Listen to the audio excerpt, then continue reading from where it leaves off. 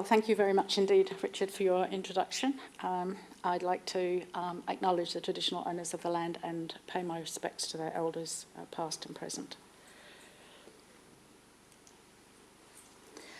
So my talk today is going to give you an overview of the work of the Expert Advisory Group, some of our thinking to date. Effectively, it's a work in progress, so I'm going to talk about where we're up to. And along the way, I'm going to mention our interim report and some of the key concepts that we have put forward for the consultation process, tell you a little bit about the process that we've gone through, and talk a little bit about some of the broad areas that we are now focusing on. So the Expert Advisory Group that was set up by the Medical Board seems not that long ago, but it was actually January 2016.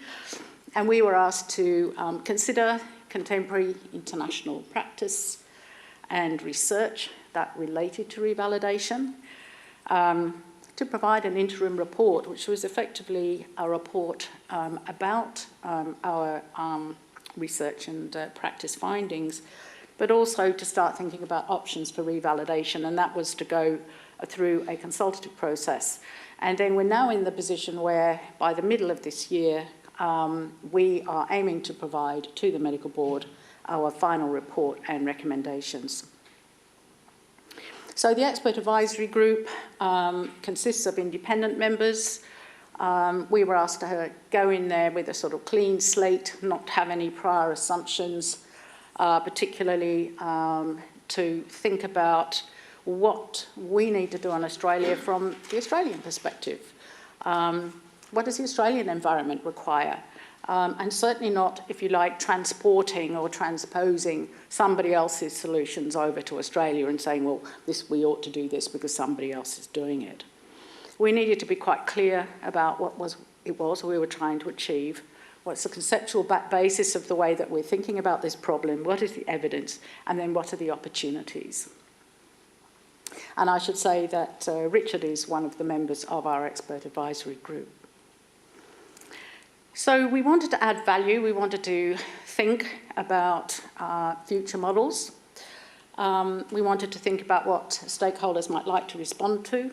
And particularly have what's called, I think what we might call a return on investment thinking. So if we're talking about making an investment in some change or some different way of doing things, firstly we need to be quite clear why we want to do that in the Australian context. And secondly, what do we expect to get in return from that? So it's a very practical kind of lens that we used. So this is just a little bit about what happened. So we went through that process. We came out with the interim report, some of you may have seen. We went then on a consultation or a road show, more like an air show, because we flew all over Australia. And these are the people that we talked to. So apart from individual meetings with all the major colleagues and some of the key groups, we also held stakeholder forums in each state and territory, and we had more than 400 people, including consumers, at those forums in total. There was an online discussion forum. We had more than 1,000 posts to that. There was an online survey for both doctors and consumers. And finally, formal submissions, we had 116 written submissions of varying length, from individual doctors who might write a page about what they thought, right the way through to obviously much larger and much more detailed submissions from groups like the colleges themselves.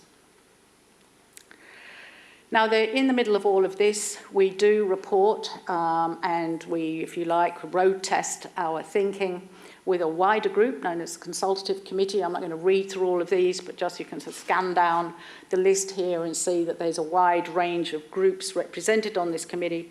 So this is a representative group, and this committee and we have met for 2 full days in the last few months, discussing and road testing some propositions with them and receiving, again, a wider feedback from them. So I want to turn now to basically what we've been saying. We see that the concept of revalidation, I'd like to say it's a concept. I don't particularly personally like the word revalidation, but let's call it that because that's what the medical board has called it. But we see it as basically two distinct concepts, and this comes all the way through our interim report. And we see that there are two main ways of thinking about it. The first is about the maintenance and enhancement of performance. And that then is balanced, if you like, by a second concept, which is how do we better reduce risk where it exists. Now, a very interesting topic was discussed some years ago now and published in a journal, Medical Education, by two professors in Europe, Professor Dame Leslie Southgate in the UK and Professor Kees van der Vleuten in Holland. And this is a really interesting article. It's actually a conversation they had one day that got written up. And they were talking about this issue of the tension between the dual, if you like, purposes of revalidation, which are strengthening CPD and also addressing risk. And this is what they said, and I'm going to read it out, but I'll just let you have a minute to have a look at that.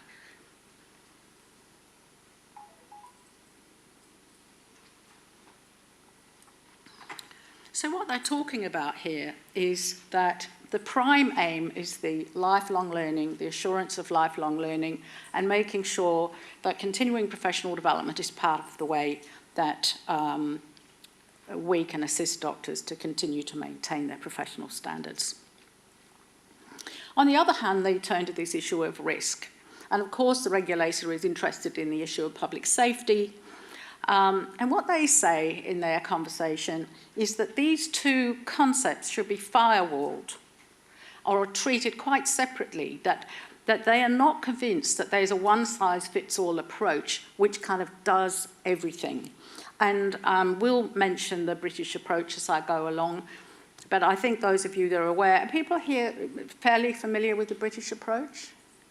Anybody here from the UK? Yes? Not from the UK, but... From the UK. Boy, that made it hard for Australians to get re-registered there. In fact, impossible. Right. And I have no time for this system. Right. Well, their system attempted to do both together, didn't it? Okay. Whereas we have said quite the opposite, that we should be separating these out and thinking about them differently. So what might support that kind of proposition? Well, firstly, there's a lot of information about continuing professional development and the outcomes thereof. This kind of information has been gathered by researchers for decades. There are systematic reviews of systematic reviews. Anyone interested in the literature, look at our report, it's all in there. But at the same time, if we're starting to think about risk in a different way, there are insights that are emerging about performance risk factors and also about supports to performance. And it's very important if you're talking about risk, that you talk about risk, but you also talk about support. And we are starting to get, perhaps if you like, earlier data which are about performance risk factors and supports. But it's a completely different kind of data. It's very early data. So we put forward some principles. I'll go through these quite quickly. Firstly, if you like, it's smarter, not harder. We don't think that if we strengthen and potentially reshape CPD, and I'll say a bit more about that in a minute, it's because we want to increase the effectiveness of what we do as doctors in our CPD time. But it shouldn't be burdensome. Also, we're aware, and it was pointed out repeatedly to us in the consultations, that there's a lot of duplication of effort. So what a doctor may do in their workplace, for example, in their hospital,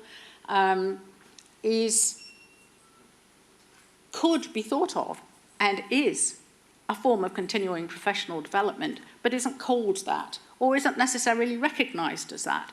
So it's almost jumping through two hurdles. You jump through the institutional hurdles for all the institutional requirements, then you have CPD and so on, and they don't talk to each other. And what we're talking about is focusing on the outcome rather than the input. It was a little bit like curriculum change. So firstly, we used to focus on the number of hours of anatomy and the number of hours of, biochemistry and so on, whereas now we talk about what a doctor ought to be able to do. So integration is very important. Then finally, our third guiding principle is that revalidation should be relevant, practical, and proportionate. So it's got to be relevant to Australia. It's got to be an Australian-driven initiative. It must be feasible and practical, both for doctors but also for the colleges. And it must be proportionate to the public risk in Australia, which is different from the public risk in other countries. So strengthened CPD is the plank that is put forward in the interim report as the core approach to maintaining and enhancing performance. And we've borrowed this diagram. It actually comes from a slightly different paper from Professor Daniel Klaas, who's a paediatrician in North America. And we believe it fits quite well with the concept of what strengthened CPD should look like, and particularly it reflects the literature. And so we're saying that there are basically three, if you like, conceptual areas that can be thought of as part of CPD. First is, of course, educational activities. The second is involvement in reviewing performance. And then finally, interest in patient outcomes, measuring outcomes, being involved in outcomes, and so on. So what we're talking about is that there should be a balance of these activities, potentially, in what would a modern CPD would look like in Australia. Now, I'm not going to go through this in detail. This is actually a clip from a picture in our interim report. I just want to make a couple of points about this. In reviewing performance, you can see quite a long list of ways in which we could be interested in our performance, and a lot of them involve peers. And there are all sorts of different ways in which peers can be involved in reviewing performance, but they're basically around peers. Measuring outcomes is very different depending on the kind of doctor you are, your scope, and so on, and maybe what you do in your institution already, the availability of data to you. There are a lot of things to unpack under measuring outcomes. This is not designed to be an exhaustive list, nor is it designed to be a mandatory list. This is examples of the kinds of things we're talking about, and there are many others. Okay, so in terms of CPD, that, if you like, is a bit of a nutshell picture of what is put forward in the interim report. I want to now turn to this different discussion, which is prevention of harm or risk, if you like. So we know that a small percentage of doctors at any one time are not performing to expected standards. Now, in Australia, it is likely this is a very small percentage of doctors. However, they do exist. So we believe there's a mandate to the profession if we are going to look at ourselves critically. So we need to understand the factors associated with risk to performance a lot better than we currently do. But equally, we need to improve our understandings of supports to performance. And by doing both of these, we can continue to strive to improve patient safety, which is something central to Australian doctors. Now, when we start talking about risk, we usually get faces like this in the audience. It's quite a controversial and difficult subject once we actually start talking about what constitutes risk as a doctor. Where do we look to start to get a sort of an idea about what we mean by risk? Well, probably the best or the most data comes from the kind of data that are on the slide. And you can see that these data primarily arrive around regulatory issues, regulatory referral for performance issues, complaints data, malpractice data, and so on. So we can look at those data and see if there are messages in those data, but we have to remember that that is where they have come from. And these are doctors who have already been identified in some way as having a performance issue. What do they tell us? Well, they tell us that there are some known risk factors.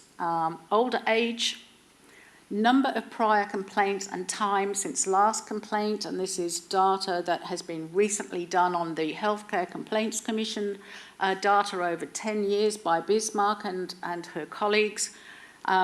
Isolated practice, particularly, is an issue. You'll be pleased to know that specialty of physician specialty tends not to rate highly in the United States studies on malpractice. Anybody like to hazard a guess as to the physician group that is the most likely to attract complaints in malpractice data?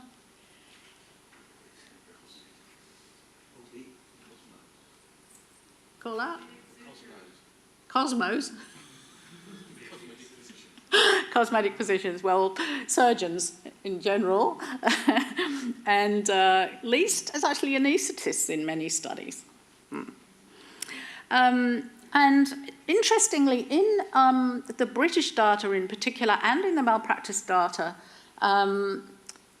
male doctors are more likely to be represented in malpractice claims and in multiple healthcare complaints, for example, than female doctors.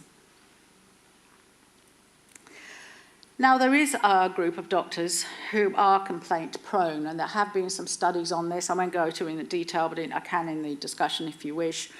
And these are doctors who have multiple complaints. And the study that Bismarck did of around about 11,000 complaints over just over 10 years in Australia of all the health complaints commissions and similar commissions data showed that if you have 10 complaints over that period of time, so it was a 10 or 11 year period of time, the chances of you being a doctor who has another complaint is around, within 1 year, 97%. So what we know is that there's an extremely small group of doctors that are accounting for a very disproportionately large number of complaints. Okay, how do we understand supports better? Well, high-quality CPD has been shown in the literature to actually be a support. So doctors were studied retrospectively in Canada, and this study is in our report, and it showed that those that undertook high-quality CPD and were affiliated with their colleges and so on and so forth had a much lower likelihood of ending up with a regulatory complaint. We know that group and team practice is important. We know volume is important. Also, the issue of organisational supports and management of change in scope is important. And there's some very interesting studies, which we can discuss if you wish, around early peer intervention as a support, coming from the Vanderbilt group in the United States. So basically what we're talking about, if we're talking about risk, is that there are different avenues for thinking about risk. Individual risk factors such as multiple complaints. On the other hand, if we're going to talk about being able to early identify risk and, if you like, upstream identification of risk, it's really a system issue. It's quite a different issue, and it's a really complex issue. And probably the closest that I can think of is the work the College of Surgeons has been doing with its bullying and harassment and discrimination policies, where they've really taken a system-based approach. But perhaps if we can think in some clever way about how to put those two together, we can end up with being able to reduce risk in a small number of doctors. So where to start? Possibly with older age, 70 and over, perhaps 75, and multiple complaints. And then looking at upstream supports, can we start thinking more cleverly about early identification and action and what that would look like in Australia? So if we're going to look at risk, we do have a range of tools available. We need to understand the types of risk that actually challenge patient safety. Not all risk is equal. Not all complaints are equal. And we need to be able to think about how we can improve action to assist doctors where necessary. But if we're going to look at a better safety net, we're going to look at upstream identification, and managing early signs of potential performance difficulties early and quickly returning a doctor to a safe level of practice, we have to think about how we share information and what kind of strategies we require to do that. And that's quite different, and that's pretty new in Australia. So how do we support doctors in terms of early identification to rapidly improve their performance if required?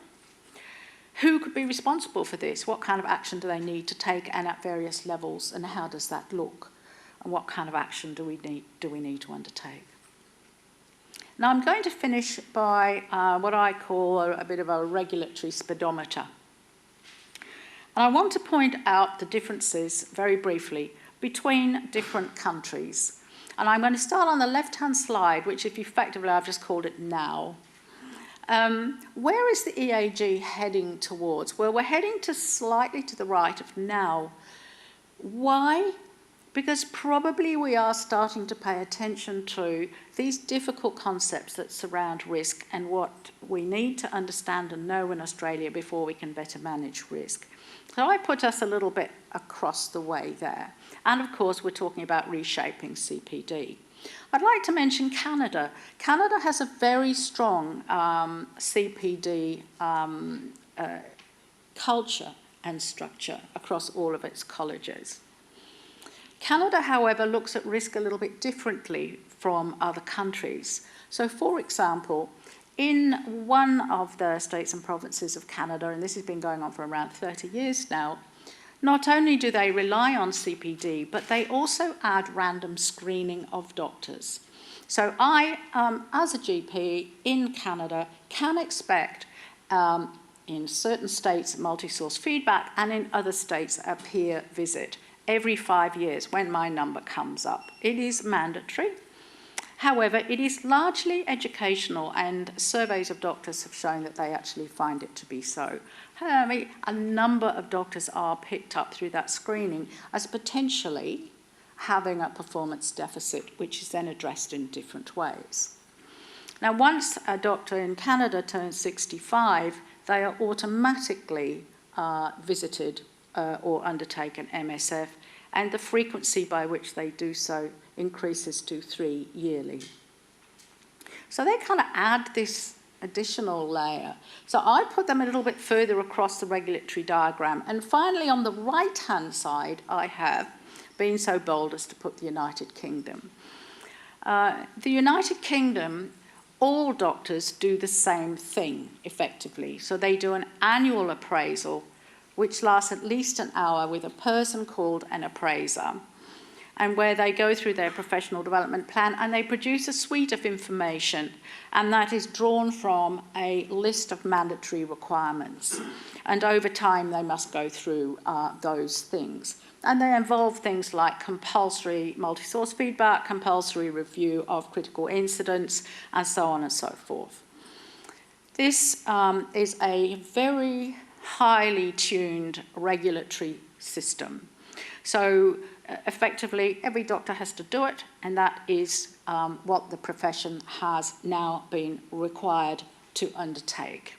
So the external regulation, if you like, in the UK is much higher than what we are proposing. And I'll finish by saying colleges are central to being able in Australia for us to do the things that they tell us they want and we think are going to help. Whereas in the UK, colleges were almost given it. This is going to happen, this is D-Day, and it was necessary for them to then start thinking about how they were going to help their constituents. We have turned that on its head in our thinking and believe that this is a partnership between the medical board, ultimately, when we finish our work, and the colleges. So I'll stop there. Thank you.